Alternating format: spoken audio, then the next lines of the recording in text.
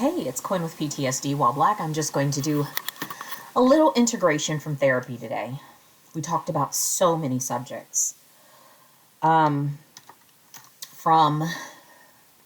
the police beating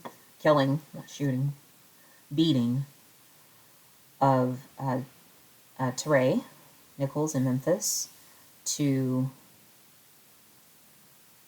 memory loss from the seizure-like episodes, to looking at how can I be able to earn and take care of myself independently, as well as addressing the multiple cyber attacks that I experienced this last week, and with how I'm handling them. It's so funny because I recognize, regardless of what someone does in my life, I have choices.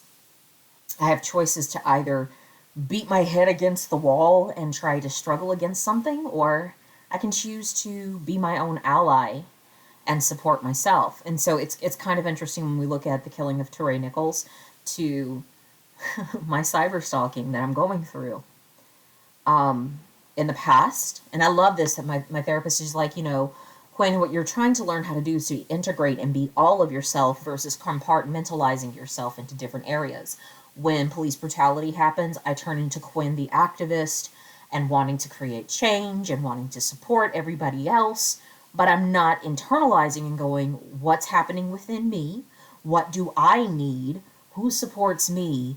And what are the other areas of my life that I need to show up in during this time? Because my PTSD just gets so singularly focused. And I realize that my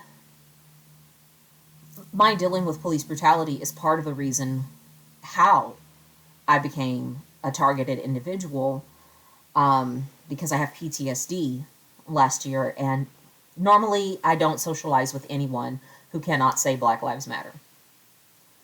If you got to say all lives matter, of course they do. We're talking about the black ones that are getting killed right now. It's a pretty simple thing. It's like saying all cancers matter. Or all diseases matter, but you're dying of cancer. Yeah, that's great. I'm glad you found a cure for lupus. But, So that's rule number one, Quinn boundary number one. I broke it. I was socializing with people who I was new to meeting on the Smule karaoke app. And I did not vet these individuals because I was so excited to be singing and so nervous about my singing voice, and then getting into voice acting, just playing around with it, and then just so nervous because I've never done voice acting but really wanted to do it. I found oh, this is fun.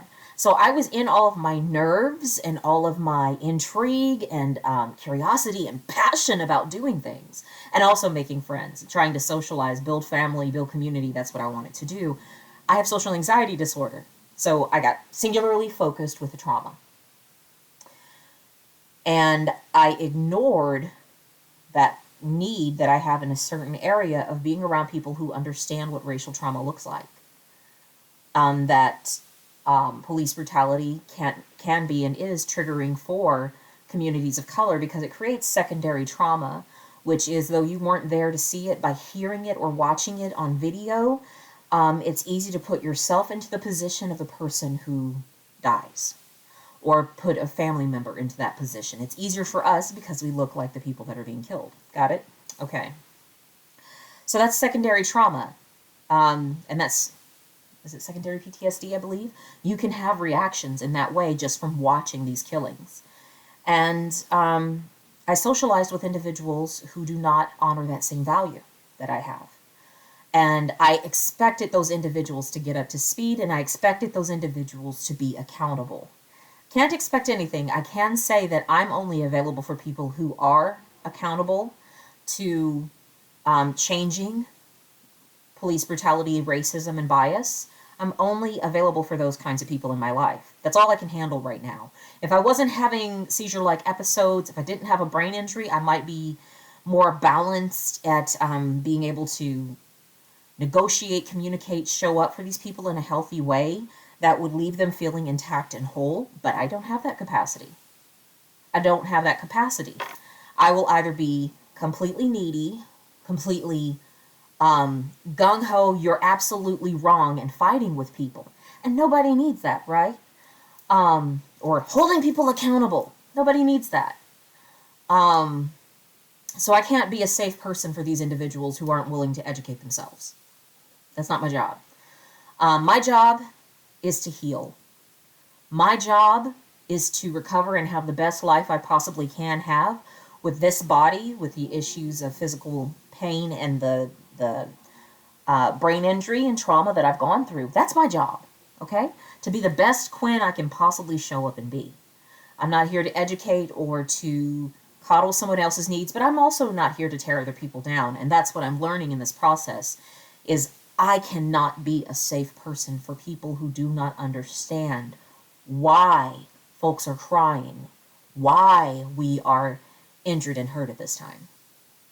So I see the balance of how I became a targeted individual and how I had a responsibility to address my issues, my feelings, and my needs in dealing with police brutality and trauma, inequality in our country.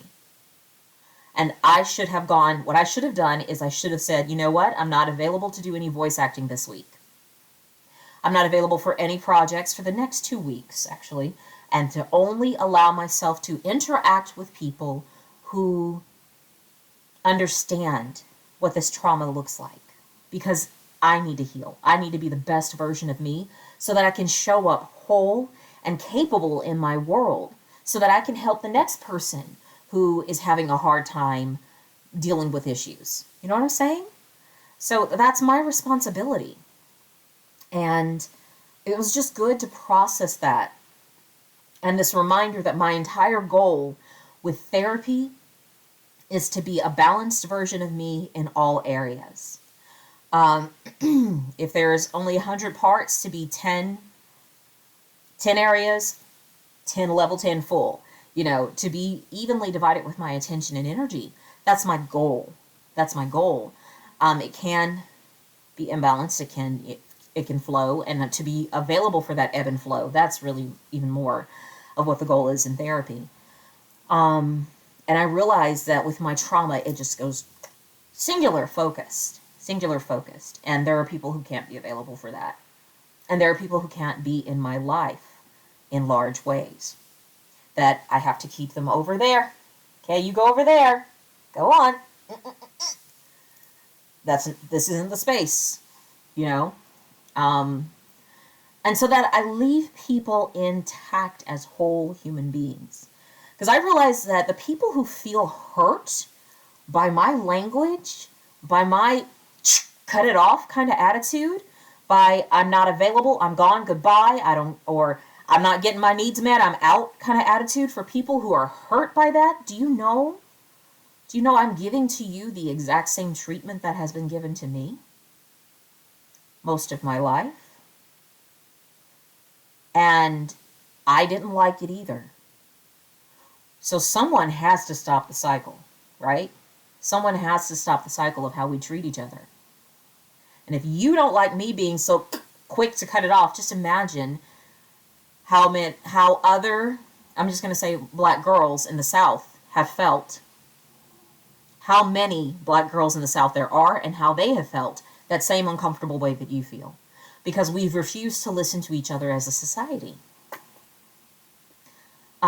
If you don't like the way that you're feeling with that quick cut it off treatment, then how can you change? How can you have appropriate boundaries with yourself? What are your appropriate limitations? How are you communicating those things?